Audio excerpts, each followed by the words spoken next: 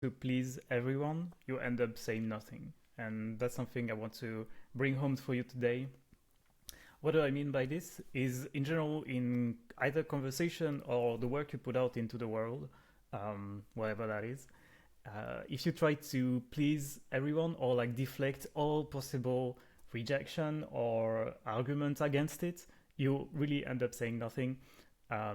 So, for example, if you were, I'm not gonna give like a precise example for politic, for example, but I'm sure you see what I mean when I say, for example, if you try, for example, to give knitting advice, for example, for to do scarves or things like that, if you sprinkle your argument or your explanation with, for example, oh, you might not want to use, you might not want to do a scarf, so it's okay if it's not for you.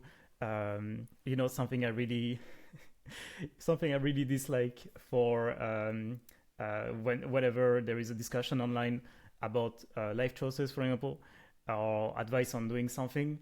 It goes like, oh, everybody's path is different. You have to see what works for you, which is the least helpful thing ever. Like, of course, I'm gonna do things that works for me. Like, it's really something, a caveat I really disliked hearing because it doesn't bring any new information, and it's just overprotecting, um, over caution that just distract from the main point that you want to bring forward. And that's something I'm trying to do as well, because for a long time I was very worried about rejection and in general getting people to understand what I was saying. So I was putting a lot of form around my argument, and it doesn't make it better. That's what I want you to know.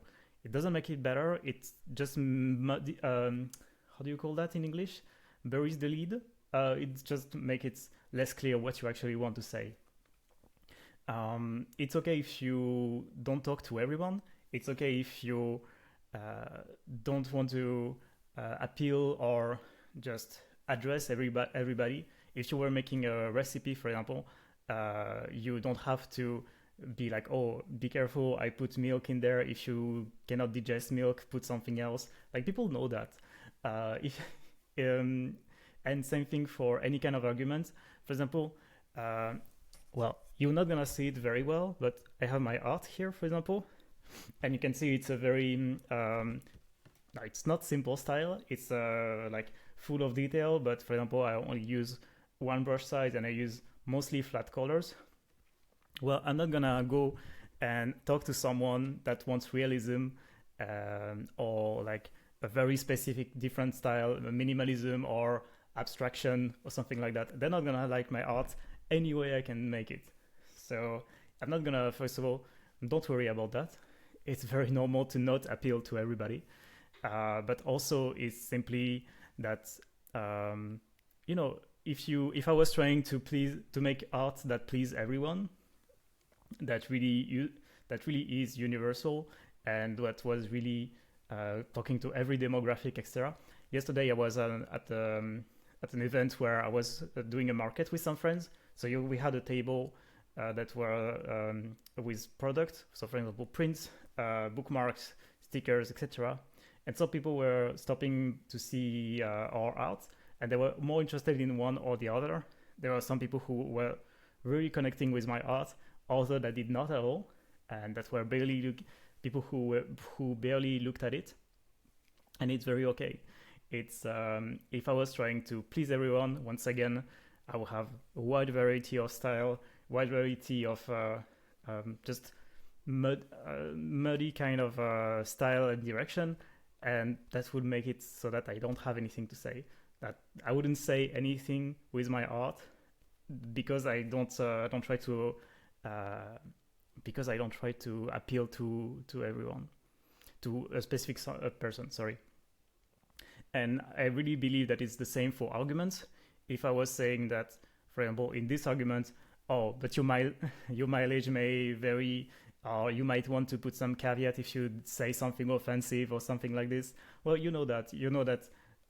sometimes you don't want to offend some people, and I don't need to remind you of that. Treat people like adults.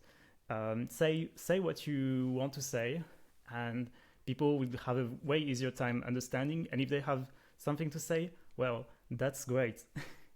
I did some videos, or even like I did some videos that were posted and others that were not. And the one that were not posted were typically because I realized, wait, because I express myself in very absolute terms, I realized that there was a flaw in my understanding of the world, that there was a flaw in my argument. And I only found out about it because I didn't try to bury the lead. I didn't try to put caveat on everything. I just said it like I meant it. And it made me realize, okay, maybe that's too extreme, or maybe that's not.